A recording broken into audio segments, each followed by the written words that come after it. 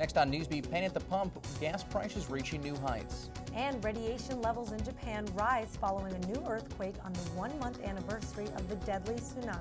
Plus, the royal wedding is just around the corner. We've got the guest list on one of the year's biggest events. Newsbeat starts now.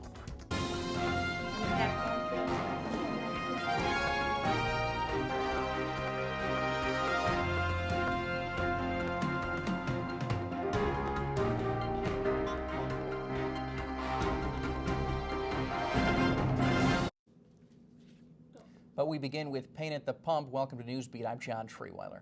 And I'm Allison Rodriguez. If you thought $4 a gallon was bad, try $5 before it's all over. Right now, according to AAA, the national average for regular unleaded is $3.79 a gallon. Chicago's painful average, $4.13 a gallon. A year ago, the average price here was $3.09. That's $1 less than what we're paying now. The change is forcing many to cut back. We've all felt it. Chicago's pain at the pump, and our wallets are getting the worst of it. My gas budgets I had to dedicate more money to it, so it's not like the way it used to be. It's nerve-wracking, right? It makes you prioritize. Chicagoans have been paying higher than average gas prices for years, but now with the $5 mark right around the corner, many are looking for different ways to travel. In the summertime, we stay a lot in the city since it's a great place to be in the city, and we'll be doing a lot of things by foot and by bicycle. Wow, this is ridiculous. After I go where I'm going to park my car and take public transportation. While there are no signs of relief at the pump coming anytime soon, one thing that is sure is that Chicagoans are starting to get fed up. Getting rid of this first. Trust me, this, 93, too much money. Oh, I'll take the train. $87 at the pump. Insane. Something's got to change. While I was there, the gas price literally went up 6 cents, making it $4.45 per gallon for unleaded. Talk about adding fuel to the fire. And motorists beware, the I-90 tollway will be undergoing a major resurfacing and bridge rehab project this month. The project will affect 27 miles of the I-90 Jane Addams tollway from the northwest suburbs to Belvedere. The roadwork will last through the end of the year. The rehab will cost $65 million. Barack Obama is coming home this week to kick off his 2012 campaign. The president will hold a public fundraiser Thursday night at Navy Pier. Meantime, the Obama camp has set up his campaign office inside the Prudential Building downtown overlooking Grant Park, the site of his 2008 election rally. Mr. Obama's advisors hope taking the campaign out of D.C. will help re-energize his base. President Obama returns to D.C. Friday. Also this morning, layoffs for locally based Sears, Roebuck and Company. Sears would not give details on the number of cuts expected, but did say most of the layoffs would take place at its corporate headquarters in Hoffman Estates. Sears employs approximately 5,300 employees at its headquarters and about 300,000 worldwide. Same-store sales at the company have been down for 18 consecutive months. Mayor-elect Rahm Emanuel hopes to have his new top cop in place by the time he's sworn in next month. The deadline to apply was yesterday. Emanuel's first choice, Philadelphia Police Chief Charles Ramsey, turned down the job last week. Ramsey left the Chicago Police Department when he was passed over for the job back in 1998. Ramsey reportedly wanted $400,000 to return to Chicago. Retired Officer Terry Hillard, who was once the city's top cop, is filling in since former Chief Jody Weiss left office last month. And human remains have been found in the Illinois River. Police say the remains were found Sunday afternoon near Starved Rock State Park. Rescue teams have been searching the river for a missing woman from Marcellus, Illinois. Officials say the search continues. The remains have not been identified. Some students are left with a bad taste in their mouth after Chicago Public School banned them from bringing lunch from home. Little Village Academy on Chicago's west side says that it is best for students to eat lunch at school because it's healthier. The principal of the school says that she created the policy 6 years ago when she saw how unhealthy kids were being about their food choices. And next on Newsbeat, another strong earthquake hits Japan a month after the deadly tsunami. Plus, the royal wedding is almost here. We have the guest list next. And the Blackhawks are thanking their lucky stars. More when we come back.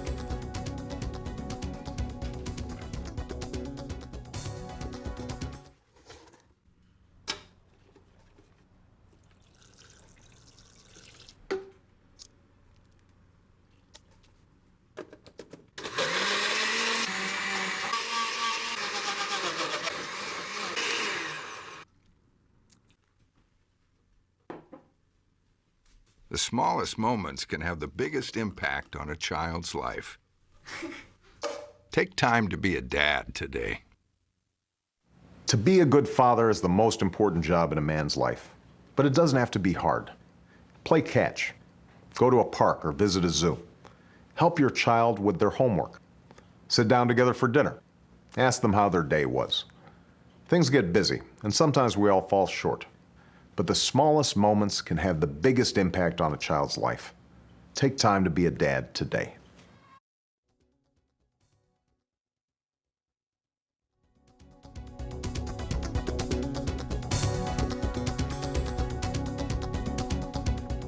And talk about living history halfway around the world. Some Chicago interns from Egypt found themselves right in the middle of the revolution.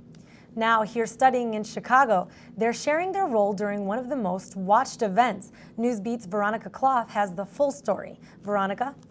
Thanks, guys. Students, faculty, and community members gathered last night at Columbia College's journalism department to welcome 4 members from 6,000 miles away. The visiting Egyptians will be in Chicago for the summer, interning at different host companies.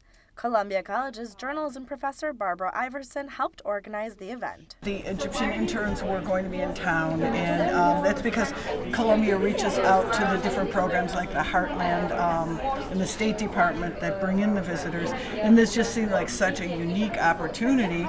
The Egyptian interns answered questions about their roles in the revolution and reform that is underway in Egypt. Before 25th of January, I got one message in my inbox, on Facebook, and that's from a group of young people. They have a group on Facebook, and they call for people to go demonstration on 25th of January, and it's only for economic purpose. And I just see the picture of President Mubarak. So I'd like to, and also in my work, the picture of President Mubarak, so I'd like, after 26 years old, to change this picture. The intern period will be needed, but the current distrust between the people and the police will take some time to fix. So the next step for the revolution to move forward will include information, organization, and collaboration. But our visitors are positive that the old regime has no chance in rising again. I believe that the coming phase is very difficult to some extent, and people need to focus and to forget about differences now, because what unites us is more than what disperses us. So I don't believe that any of the previous regime leaders would come to power or hold office or anything, because like hundreds of thousands who made the revolution, it's like not all the protesters made the revolution, because some people just went to join or to have to look and go home. According to Sharif, it will take some time for the people to recoup after the revolution, especially with a counter-revolution underway. But the important thing will be to keep people informed. Back to you guys. Thanks, Veronica. And just 1 month to the date after Japan was hit with a powerful earthquake killing up to 25,000 people, Japan has been hit again. Another devastating 6.6 earthquake rattled the northeast part of Japan yesterday, killing 6 people. Japan has to fight yet another crisis in their homeland as they raise the nuclear threat from level 5 to the highest level, 7. Up to 85,000 people around the danger zone have been evacuated. French forces and armored vehicles stormed their way into the compound of self-declared Ivory Coast President Laurent Gbagbo. He was arrested and handed to the leaders of the rebel opposition yesterday. Witnesses say that there were 30 tanks that were advancing toward the Ivory Coast leader's home.